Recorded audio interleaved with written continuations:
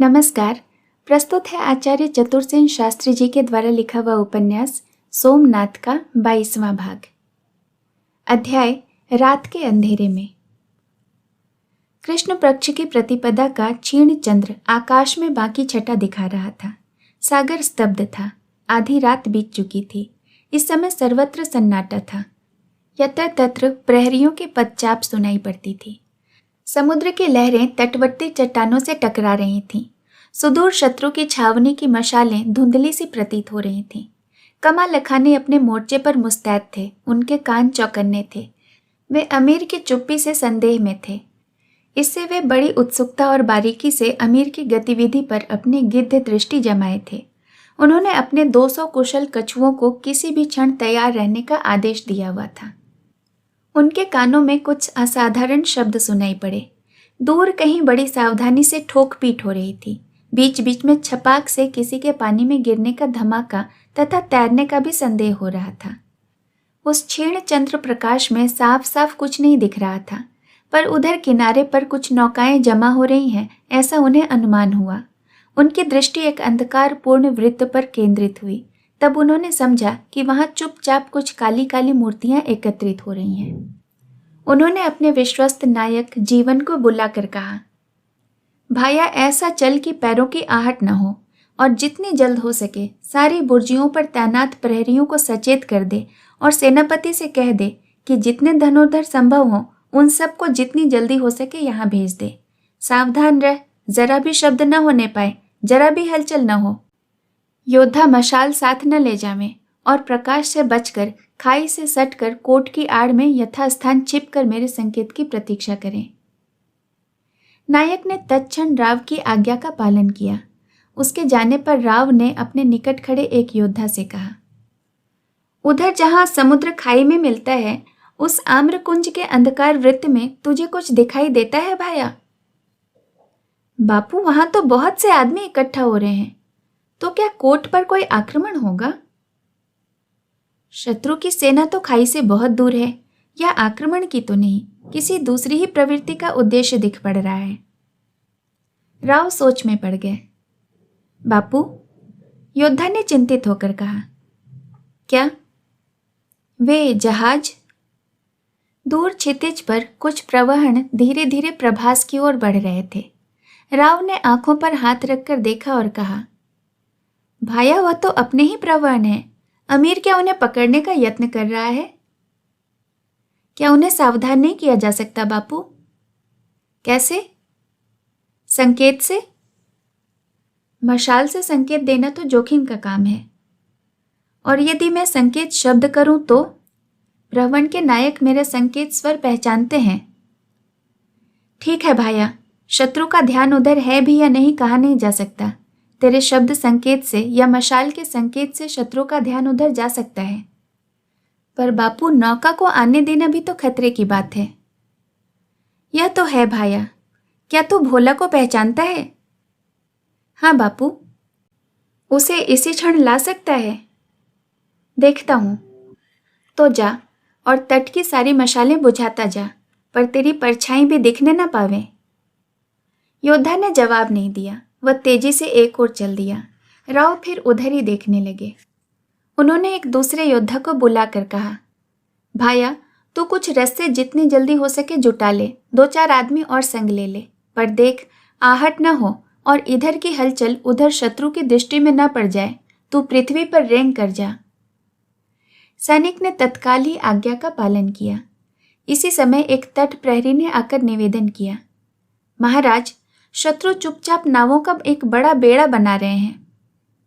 राव ने व्याकुल होकर प्रहरी को देखा, पर उसने संयत स्वर में कहा, कैसा बेड़ा भाया? उन्होंने सैकड़ों नावों को जोड़कर एक बड़ा भारी बेड़ा बना लिया है, और वो उससे खाई के मुहाने पर कुछ हटकर खूंटों से बांध रहे हैं। प्रहरी सांस रोककर राव का मुंह ताकने लगा। उन्होंने फिर कहा, बापू, उधर हमारे प्रवहन पड़े हैं। शत्रु कहीं उन पर संकट तो लाने की तैयारी नहीं कर रहा है। किंतु राव ने फिर भी कुछ उत्तर नहीं दिया। वे गहरे विचार में पड़ गए। महाराज, कुछ योद्धा भी बाहर निकालिए। भाया, वे तो उन तरणियों के पास पहुंचने से पहले ही तीरों से बींध दिए जाएंगे। सैनिक विचार में पड़कर राव का मुंह ताकने लगा। राव ने कहा, भाया, तू अपनी जगह पर सावधान रह और कोई नई बात हो तो मुझे कहना, परंतु चुपचाप मेरे पास नायक को भेज दे। सैनिक चला गया और कुछ क्षण बाद नायक ने आकर राव को मुजरा किया। राव ने शत्रु की हलचल समझते हुए कहा, देखा तुमने? बापू, महाराज को सूचना देनी होगी। उन्हें क्या इस समय कष्ट देना ठीक होगा? क्या यह हमारे बूते की बाहर की बात है? इसी समय भोला ने आकर मुजरा किया। राव ने कहा, भाया, मुझे तेरी अभी आवश्यकता है। तो अन्नदाता, यह दास हाजिर है, तू साहस करेगा? क्यों नहीं अन्नदाता? राव ने इधर उधर देख कर कहा। रस्से? सैनिक ने कहा, ये हैं, इन्हें कोट से नीचे लटका दो। फिर पलटकर भोला से कहा, भाया, दुश्मन वहां बेड़ा बना रहे हैं, वहां उस आम की अमराई की ओर देख। देख चुका हूं बापू। तो जाकर मेरे वीर देव को सावधान कर दे, ऐसा न हो कि वह शत्रु के चंगुल में फंस जाए।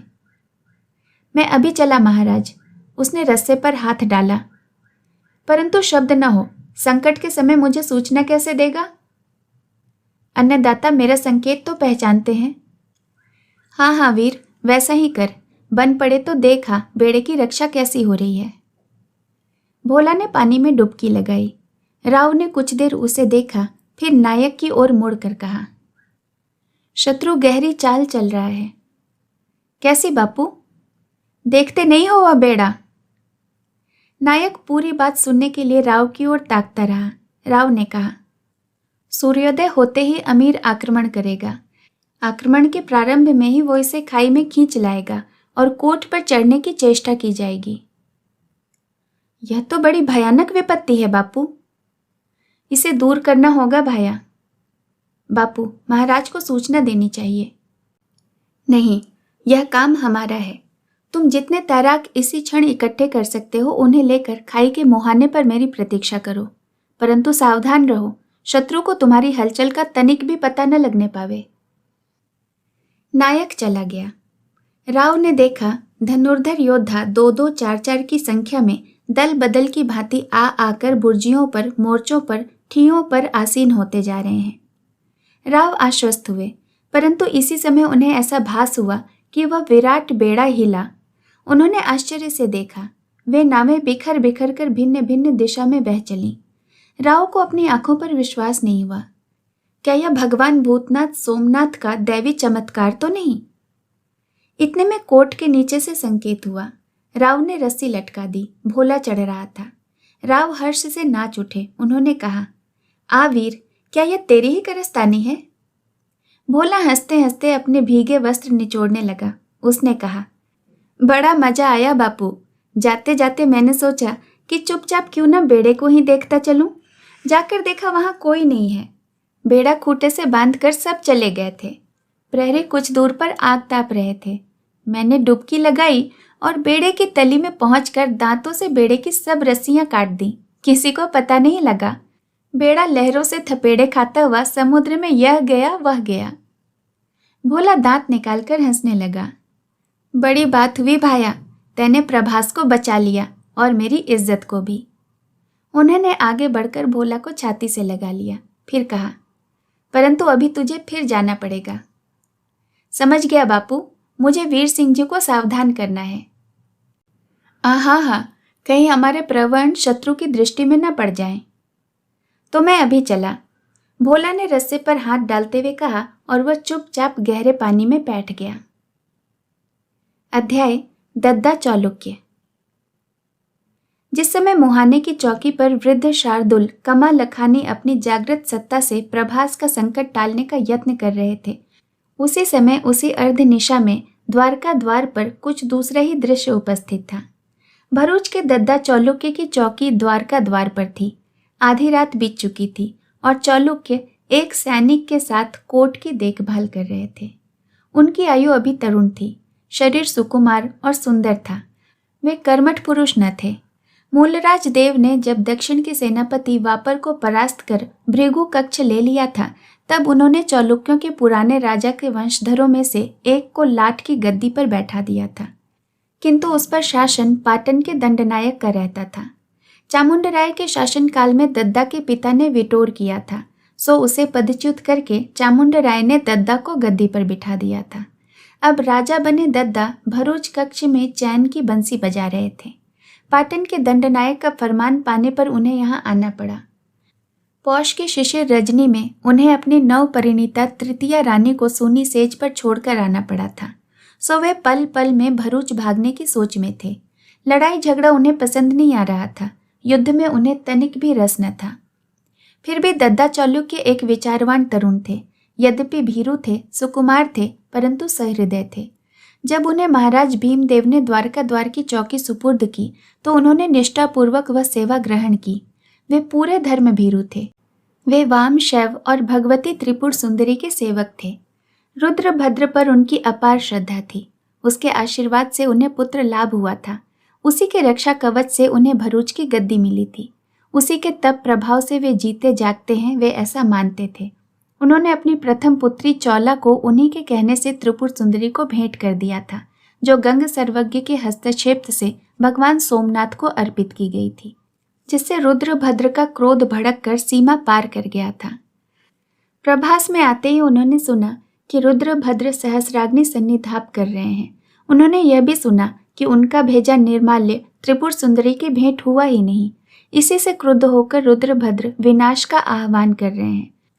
उन्हें यह भी विश्वास हो गया कि गजनी का दैत्य ही यह विनाश बनकर आया है और इसमें रुद्रभद्र का तप प्रेरणा है। और भी बहतों की यही राय थी। इसकी चर्चा भी बहुत थी। सर्वज्ञ तक यह चर्चा पहुंच चुकी थी, पर उन्होंने इस पर कान नहीं दिया था। दद्दा जब रुद्रभद्र को प्रणाम करने धूनी पर गए तो रुद्रभद्र ने उनको प्रणाम नहीं किया। उन्होंने लाल लाल आंखें करके होठों ही होठों में विनाश विनाश कहकर उन्हें देखा और दूर चले जाने का संकेत किया। भय से कांपते हुए चालुक्य चले आए। तब से वे अत्यंत चिंतित, अपमान और अमंगल आशंका से आतंकित रहने लगे। उन्हें फिर रुद्रभद्र के सम्मुख जाने का साहस नहीं हुआ।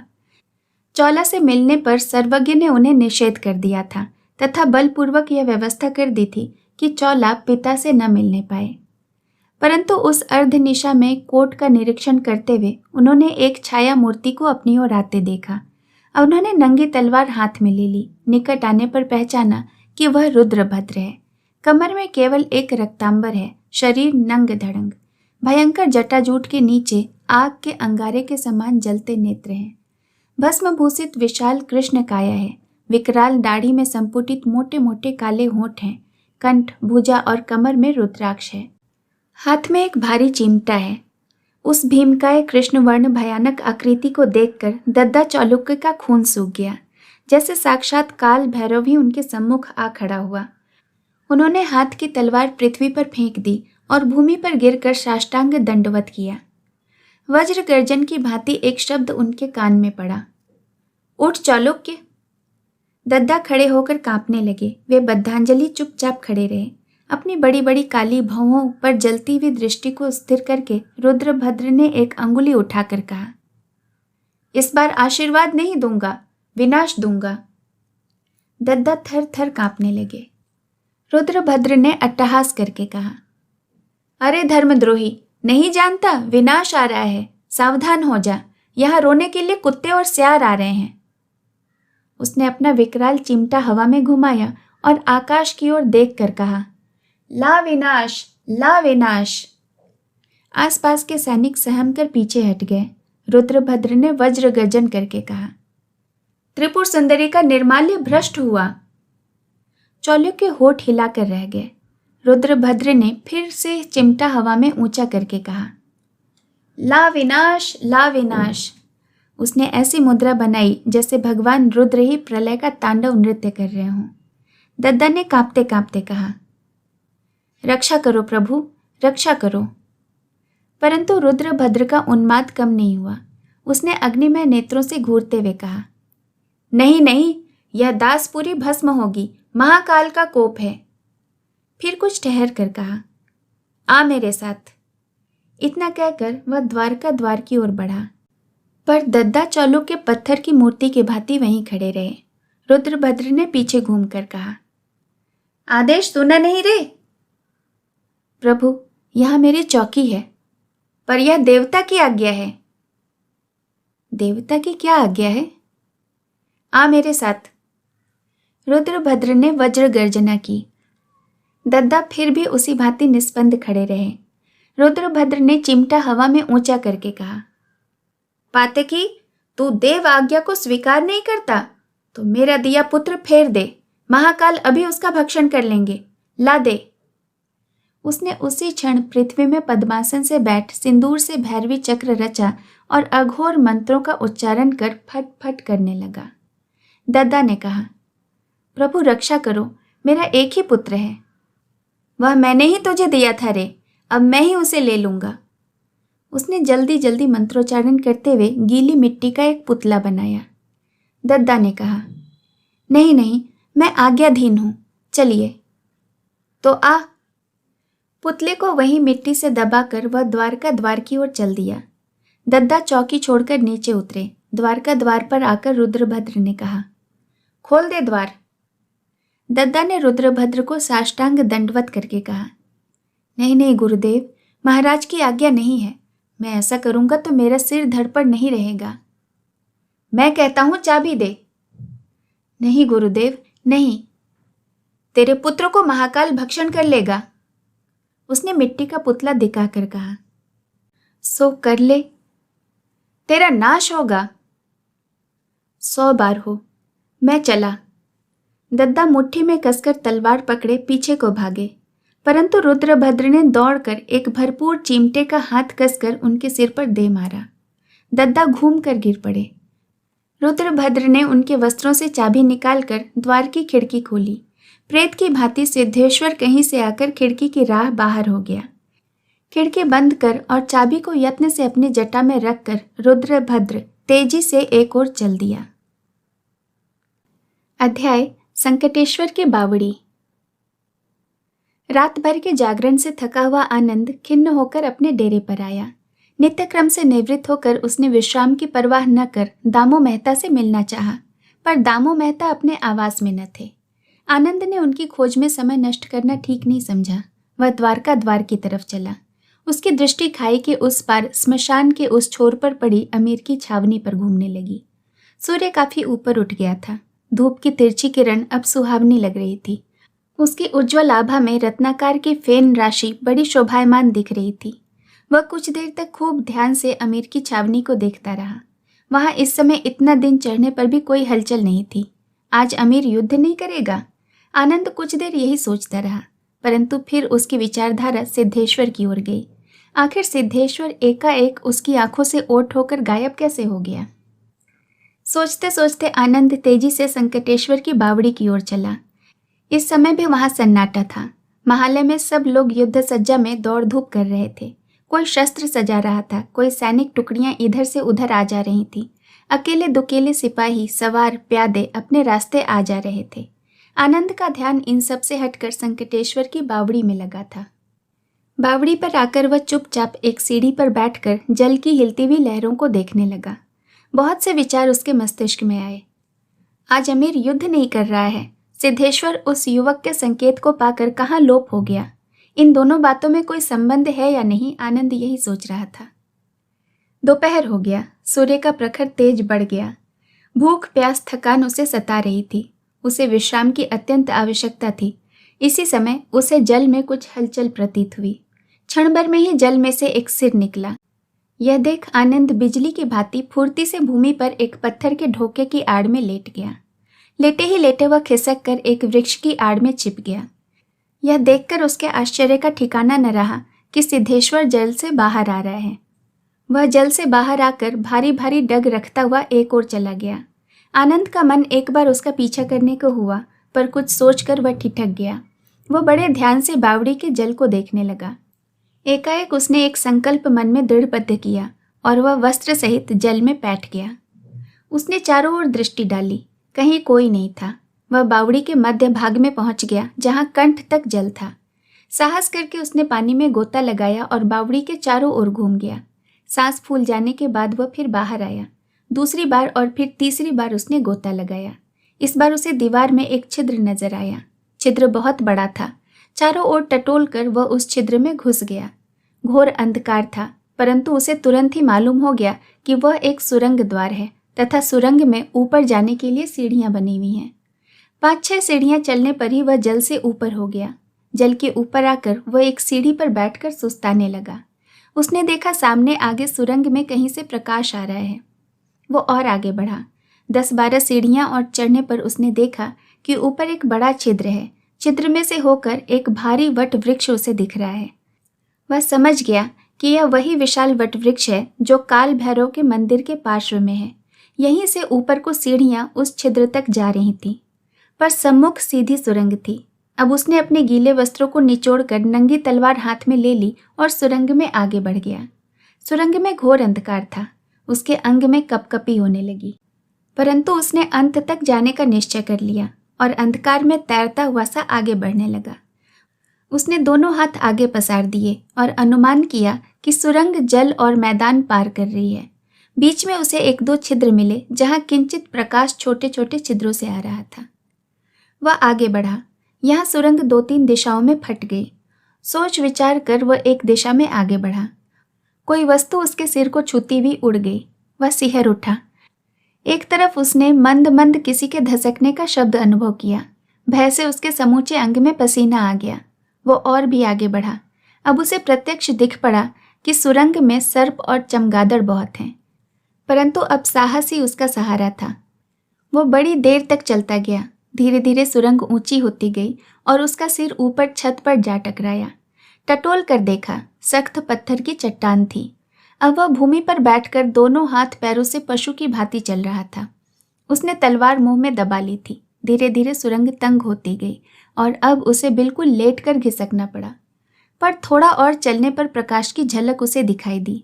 प्रकाश बढ़ता गया। अंत में एक चौकोर सा समतल स्थान आया जहां से ऊपर को सीढ़ियां बनी हुई थीं। सीढ़ी चढ़कर उसने सुरंग के बाहर मुंह निकाला और उसने देखा कि वह पाप मोचन के खंडहर में आ पहुंचा है। वह उचककर बाहर आया। उसके हाथ पैर, मुख और शरीर में धूल, मकड़ी के जाले और गंदगी लग गई थी। उसने झटक कर वस्त्र साफ किए और चारों ओर दृष्टि फेरी। पाप मोचन एक तीर्थ था, परंतु चिरकाल से वह खंडहर और वीरान पड़ा था। इधर लोगों का आना जाना नहीं था। दूर तक मोटे मोटे पत्थर और टूटे फूटे मंदिर तथा मठ फैले पड़े थे। यह स्थान सोमनाथ पट्टन से 12 मील पर था। आनंद ने इसके संबंध में सुना तो था, परंतु उसने कभी यह स्थान देखा नहीं था। वह सावधानी से खंडहर में घूमने और यह देखने लगा कि वहां किसी मनुष्य का कोई गुप्त वास तो नहीं। खंडहर में घूमते घूमते वह जब उसके निश्चित कोण की दिशा में पहुंचा तो यह देखकर उसके भय और आश्चर्य का ठिकाना न रहा कि सामने ही गजनी के अमीर का लश्कर पड़ा है। उसे अपनी एकाकी स्थिति का भान हुआ और अब उसे यह समझने में देर न लगी कि सिद्धेश्वर इस गुप्त मार्ग से अमीर के पास मिलने आया है। उसकी मेघा शक्ति ने यह भी समझ लिया कि यदि इस गुप्त मार्ग से अमीर सोमपट्टन में प्रविष्ट होना चाहे तो फिर पट्टन का निस्तार नहीं। अब उसके मस्तिष्क में 2 विचार आए। एक यह कि वह उसी मार्ग से जल्द कोट में लौट जाए, मेहता को सूचना दे दे और इस मार्ग पर चौकी पहरा रखवा दे। दूसरा यह कि थोड़ा और साहस करके अमीर की गतिविधि का अनुसंधान करे। बहुत सोच विचार कर उसने अमीर की छावनी की ओर रुख किया, परंतु इसी समय तुर्क सवारों ने उसे घेर लिया। आनंद ने हौसला बनाए रखा। उसने तलवार म्यान में रख ली और कहा, मैं शत्रु नहीं, मित्र हूं। मुझे सुल्तान नामदार की सेवा में ले चलो। तुर्क सवार उसे बांधकर छावनी में ले गए। शेष कहानी अगले भाग में। कहानी सुनने के लिए आपका बहुत बहुत धन्यवाद।